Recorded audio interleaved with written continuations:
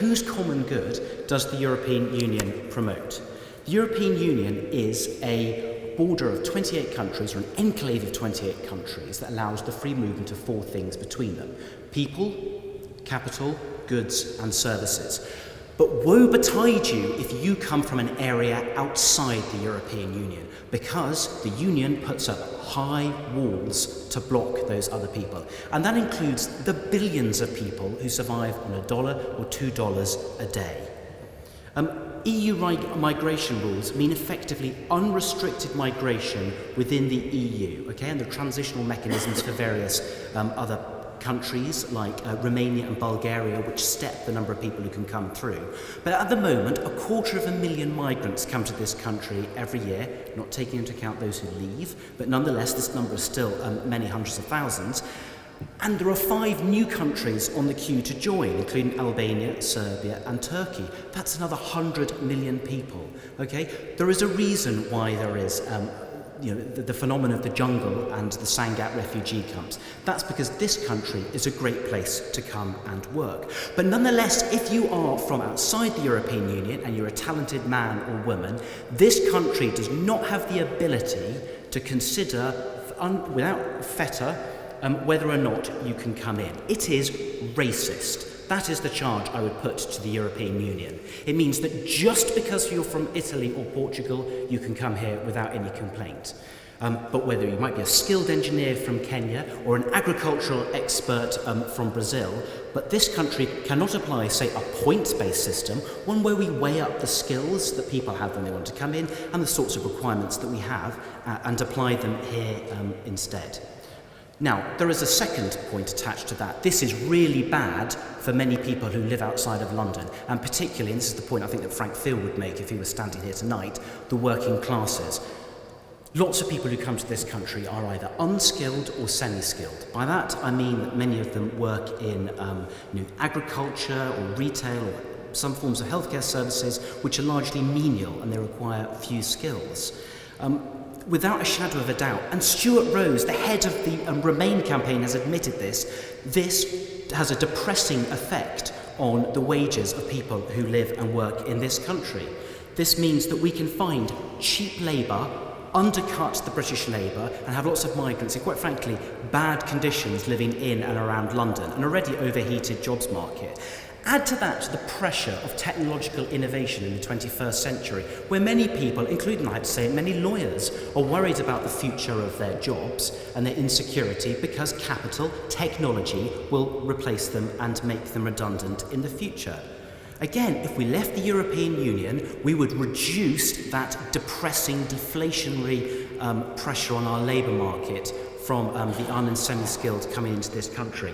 And that is good for us, because when you come to assessing the question of the common good, we as Britons, in that first circle outside of the family, that first circle of people we owe it to, are our fellow Britons. The people that we've been talking about have been on welfare for many years. The people who were parked there as a result of the substantial change in our industrial sector in the 1980s. And quite frankly, the failure of successive governments in the 1990s and noughties to educate and reskill people who used to be coal miners and other forms of worker.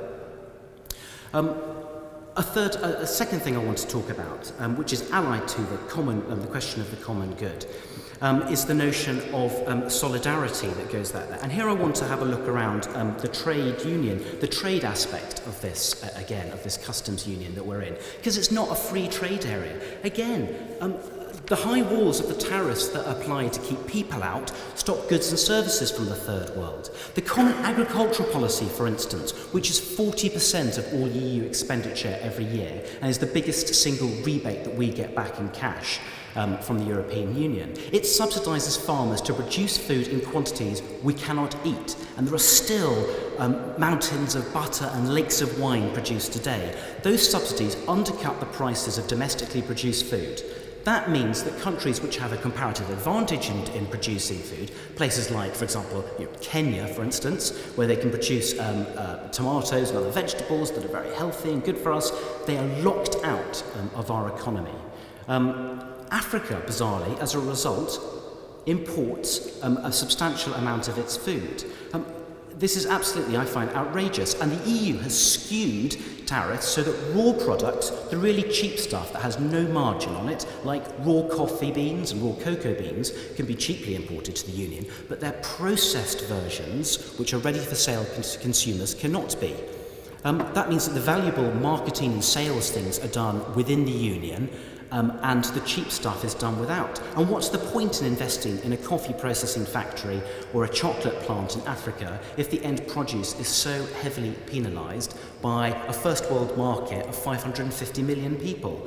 The net result is that the European Union deliberately leaves large parts of this planet condemned to a lifetime of subsistence handouts. If we left the European Union, we could destroy those barriers and tariffs overnight, and we could extend the hand of trade to countries all around the world. But as we stand, our commercial policy is dictated by Brussels and is the nasty amalgam of the competing interests of 28 member states. When it comes to negotiations of free trade agreements by the European Union, remember that you're going to have German automobile manufacturers, and consequently, because that's such an important thing for the German economy, the German government and negotiators saying, well, we want to have no tariffs on our exports, but we don't really care about things like, say, financial services, which is what the British do.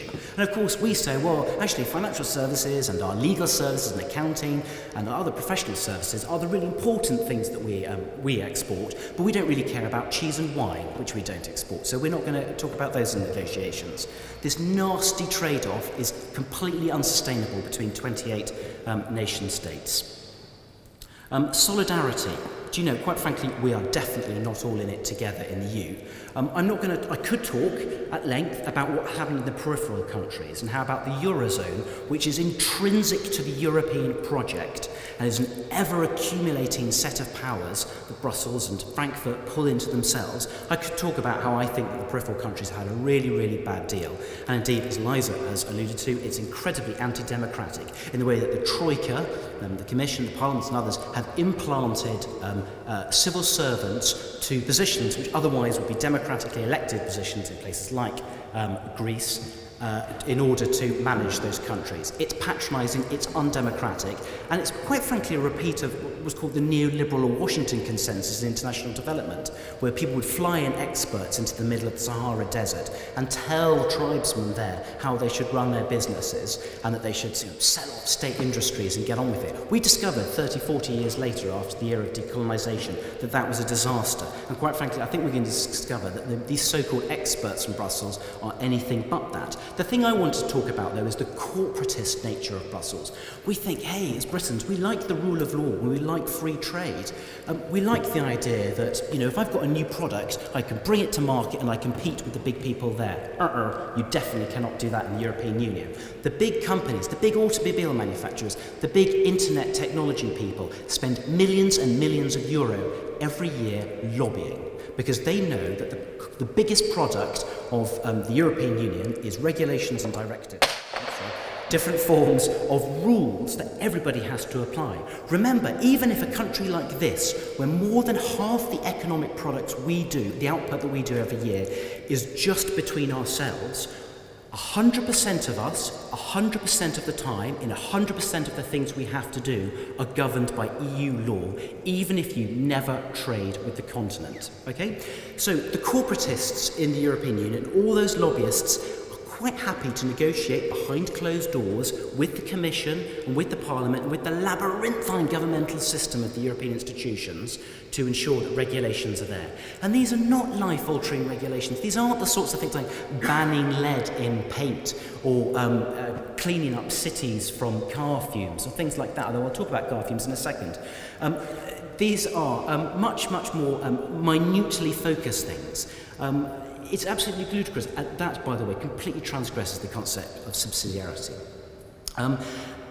People like Maurice Glasman and people on the Labour left, or the Labour right, the Blue Labour movement, talk about the destruction of this has on our small and medium-sized enterprises and our entrepreneurs and on anybody who wants to try and bring themselves to market, because you have a disproportionate effect of these regulations and rules. And remember, if you don't like a law in this country, you can lobby your MP, who is only one removed from the place within which these rules are debated. That is to say, Parliament. You can even go and sit up there with not much difficulty from anywhere in the UK and watch this done.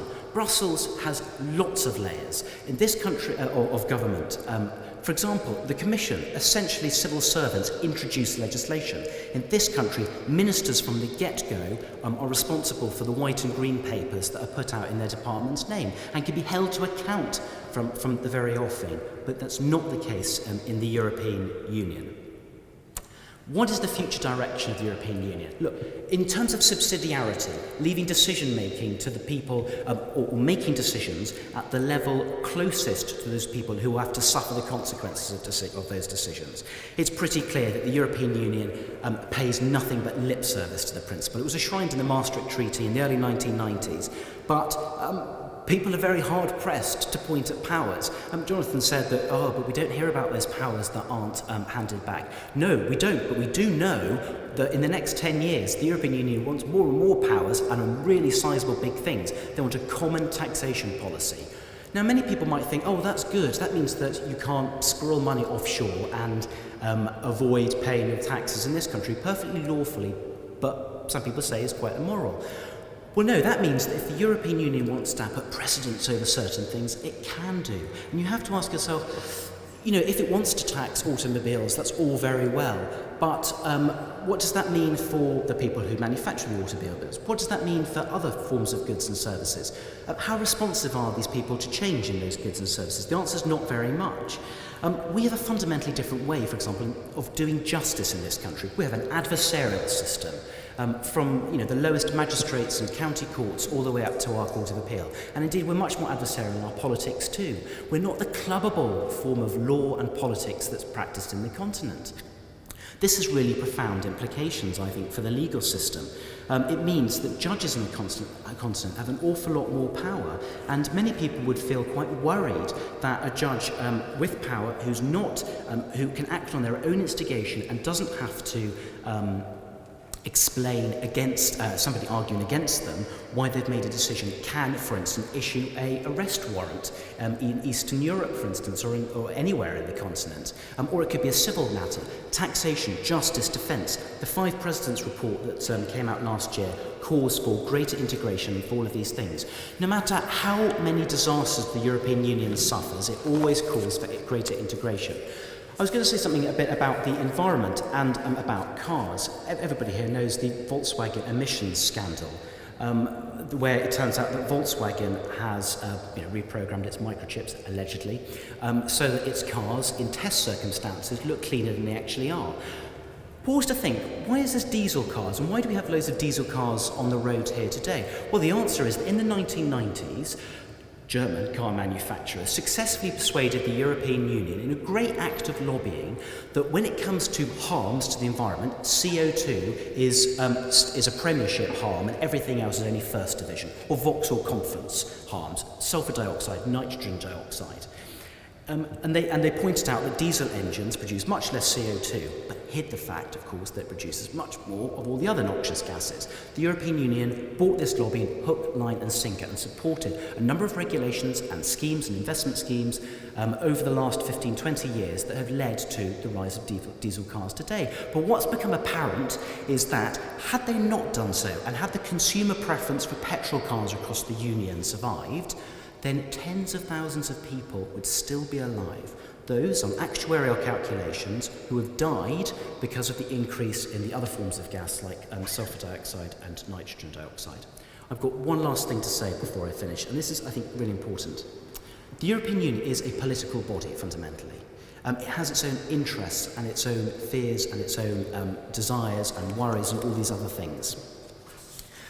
It has abrogated to itself the capacity to deal with the migration crisis in the Mediterranean. If this was left to nation states, how would things pan out? Would nation states bear the brunt and actually act for themselves? And the answer is yes. The Italians, for instance, in 2013-2014 had Operation Mare Nostrum, which dedicated ships, planes and money to scanning large parts of the Mediterranean to pick up refugees, migrants who were on boats, and to bring them into the European Union, but keep them off the waters, bring them in to places of refuge. The Italians ran out of money, and the EU said, look, one of the important things about this new political body of the European Union, or this new competence we've got, because we're all European citizens, is that we man our frontiers. So we're going to take over, and Frontex, the border authority, started its own operation. Do you know it employed fewer ships and fewer planes and fewer people to engage in the search and rescue missions? Why? In order to increase the risks that refugees faced. The European Union made a calculated political decision. British Foreign Office Minister Baroness Annally spelled out the EU's position at the end of 2014 in a bitter question and answer session in the House of Lords. And she said, "We do not support planned search and rescue operations in the Mediterranean. We believe that they create an unintended pull factor, encouraging more migrants to attempt the dangerous sea crossing and thereby leading to more tragic and unnecessary deaths." A few months later, the German Interior Minister, Thomas de Maizière, echoed those concerns. Search and rescue alone is not a silver bullet. If you just organise search and rescue, criminals who get the refugees on board will send more boats. Now, what happened? We discovered that, in fact, you needed more ships, you needed more people, but no one in Brussels has been held accountable for this. This isn't an outrage that's on the front of the British press. This is a direct offence to human dignity, the last of those four principles. Yet nobody has made a clamour about this, and this is what the European Union has become. It's become wholly divorced from the realities of British political life and our morals.